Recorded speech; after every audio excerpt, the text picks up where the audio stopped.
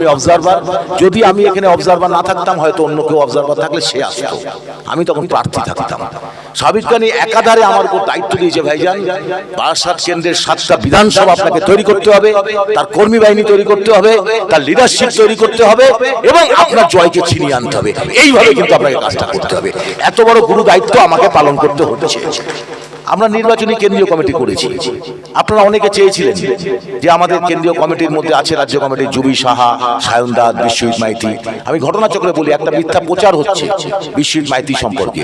বিশ্বজিৎ মাইতি আমাদের রাজ্য সম্পাদক, আজকের এই সভায় থাকার কথা ছিল, কিন্তু উনি হায়দ্রাবাদে চোখের অপারেশনের জন্য গেছে, প্রায় 5 দিন হয়ে গেল।